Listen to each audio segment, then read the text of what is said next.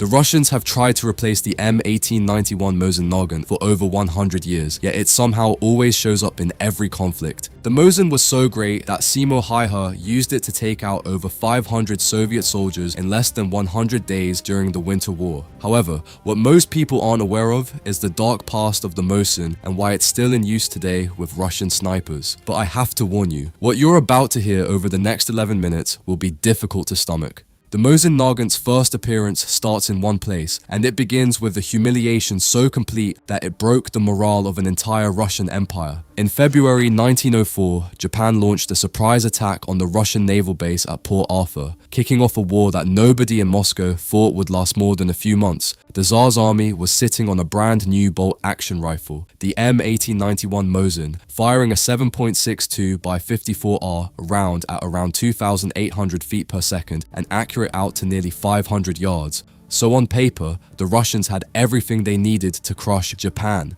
But soon everyone realized that wouldn't be the case. The men sent to Manchuria were mostly older reservists dragged out of villages, and some of them had never even fired their issued rifle before stepping off the train. Now, when the Japanese Type 30 Arisakas finally met them at Port Arthur, the Mosins actually held the line through over a year of brutal siege fighting, with Russian Maxim machine guns chewing up wave after wave of Japanese assaults. But for all that effort, it still wasn't enough to save the situation. In January 1905, Port Arthur surrendered, sending more than 20,000 Russian troops into Japanese prison camps. Then came Mukden, the biggest land battle in human history up to that point, fought from February 20th to March 10th, 1905. Over 600,000 men fought it out across a 50-mile front, with roughly 300,000 Russians under General Kuropatkin facing 270,000 Japanese under Field Marshal Oyama. And when the smoke finally cleared, Russia had lost approximately 89,000 men killed, wounded, or captured in just 3 weeks. You see, the Mosin itself worked perfectly fine, but it couldn't make up for terrible generals and barely trained reservists, and Russia limped home defeated by a country it had assumed was inferior. However, the embarrassment of Mukden would soon look almost peaceful compared to what was coming. When the First World War kicked off in August 1914, Russia had more soldiers ready to fight than rifles to give them. The Germans crushed the Russian Second Army at Tannenberg in the opening weeks, killing or capturing close to 130,000 men, along with most of their weapons.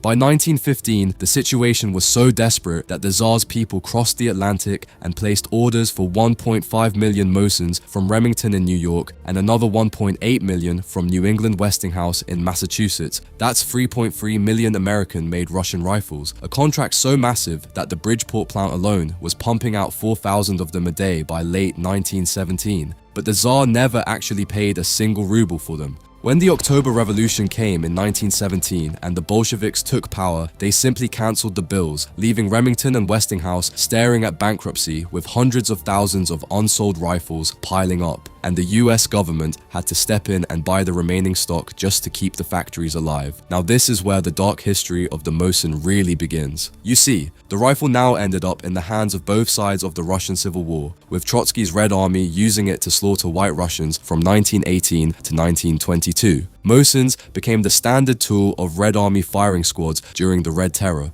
where the Bolsheviks killed somewhere between 50,000 and 200,000 people deemed enemies of the revolution. So by the time the Bolsheviks finally won, the Mosin had already been turned against the very Russians who had built it, and it would only take around 20 years before the rifle ended up in the hands of arguably the best sniper the world has ever seen. In November 1939, Stalin invaded Finland in what he expected to be a quick land grab. The Red Army rolled in with hundreds of thousands of troops and thousands of tanks, with overwhelming superiority on paper, and they got absolutely savaged for their trouble. The Finns fought back from the forests with whatever they had, and one of those Finns was a 33-year-old farmer named Simo Hayha. Hayha carried a Seiko M2830, which was a Finnish improved Mosin chambered in 7.62 by 53R, and he flat out refused to use a scope because the glass would fog up in the freezing cold and the glare could give away his position. So he packed snow in front of his firing position to hide his muzzle blast, kept snow in his mouth to mask his breath, and waited in the residue for hours at a time at temperatures hitting -40. In about 95 days of active service, he killed 505 Soviet soldiers with his rifle alone.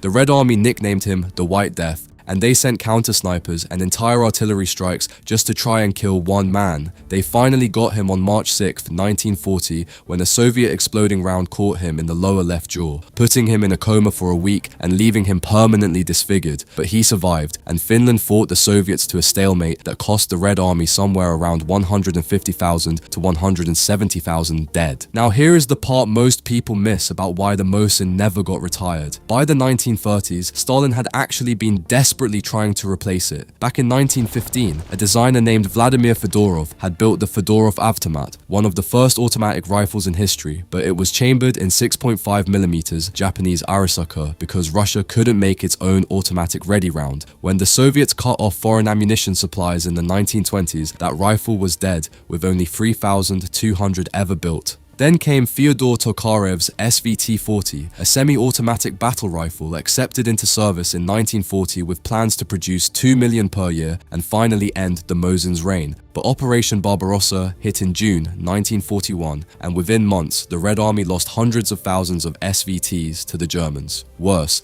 the SVT was complicated to manufacture and even harder to maintain in the field, and barely trained Soviet conscripts kept breaking them in the field. So in 1942, the Izhevsk arsenal was ordered to stop SVT production and switch right back to making Mosin 91/30s. Around 19.8 million Mosins were produced by Soviet industry during the war, with the wartime ones easy to spot by their rough finish and visible tool marks. This was the rifle Vasily Zaitsev carried at Stalingrad in late 1942, racking up 225 confirmed kills during the most brutal urban battle the world has ever seen. You see, Stalingrad was so vicious that the average life expectancy of a Soviet frontline soldier was reportedly as low as 24 hours, and a sniper with a Mosin and a 3.5 power Pew scope was one of the few men who could actually survive longer than that. Zaitsev and his apprentices became so feared that the Germans reportedly flew in a master sniper just to hunt him down, though that part of the story is still debated by historians today. But while he was a genuine, highly skilled sniper with a significant number of kills during the Battle of Stalingrad, many details of his legendary status were exaggerated or invented by Soviet political officers to boost morale. The Mosin was also the rifle Lyudmila Pavlichenko carried, recording 309 confirmed kills before being pulled out of combat and sent to America to do propaganda tours with Eleanor Roosevelt. And then came the fall of Berlin in April and May 1945, where Soviet troops fought their way through the rubble street by street with the shorter Mosin M44 carbine, specifically developed for this kind of urban hell after the lessons learned at Stalingrad.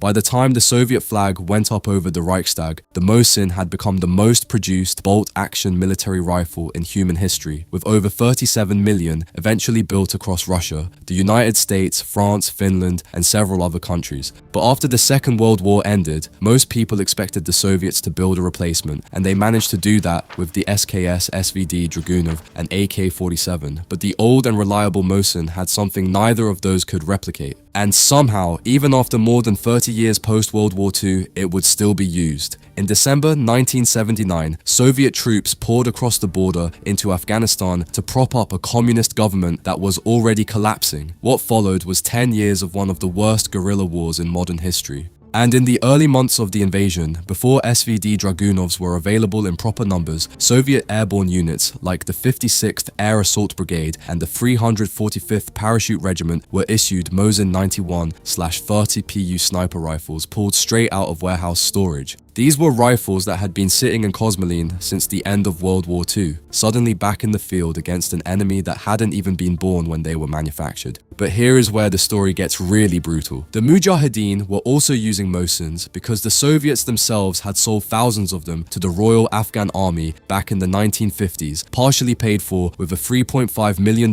Soviet arms credit. So Soviet snipers in 1980 were getting shot at by Afghan fighters using Mosins built in Tula in 1944, and Soviet conscripts were dying to bullets fired from the same factories that armed their grandfathers at Stalingrad. By 1982, the SVDs had mostly taken over Soviet sniper duties, but the Nagant kept turning up in Mujahideen hands for the rest of the war. When the Soviets finally withdrew in February 1989, defeated and broken, they left behind a country swimming in old rifles that would come back to haunt every army that walked in after them. Around the year 2000, Russian engineers walked into a depot, pulled out surplus 91/30 sniper rifles, and reworked them into something they called the OTS-48. This is essentially a Mosin from World War II given a modern stock and optics, and it's still in use today with Russian Spetsnaz units and various special police formations in Chechnya and the Caucasus. And that alone tells you something is deeply wrong with the Russian small arms situation. But the real horrors only show up once you look at the Ukraine conflict. When pro-Russian separatists seized parts of the Donbass back in 2014, photographs surfaced of fighters carrying Mosin 91/30s fitted with PU scopes that had been manufactured in Leningrad in 1941. Then in February 2022, when Putin launched the full invasion, things got significantly worse. Reuters and Sofrep both reported that Russian-backed Donbass conscripts were being marched to the front lines armed with Mosins from the 1800s and 1940s, sometimes with no training and almost no food or water. One group of 135 Donbass conscripts surrendered almost immediately in Mariupol because they were being asked to fight modern Ukrainian troops with century-old bolt-action rifles. And this is the dark reason the Mosin is still in service in 2026. Russia has tens of millions of these rifles still sitting in Kosmoline in massive Soviet-era depots, and as their modern stockpiles get burned through in Ukraine, they keep reaching deeper into those depots. Press-ganged Donbass conscripts and untrained mobilized Russian troops have been getting issued Mosins precisely because their commanders don't really expect them to come back, which makes this the cannon fodder rifle of the modern era. It is the gun you hand to a man you are sending into a meat wave assault, knowing that the equipment doesn't really matter because the soldier holding it doesn't stand a chance whether he had a Mosin or an AK-74.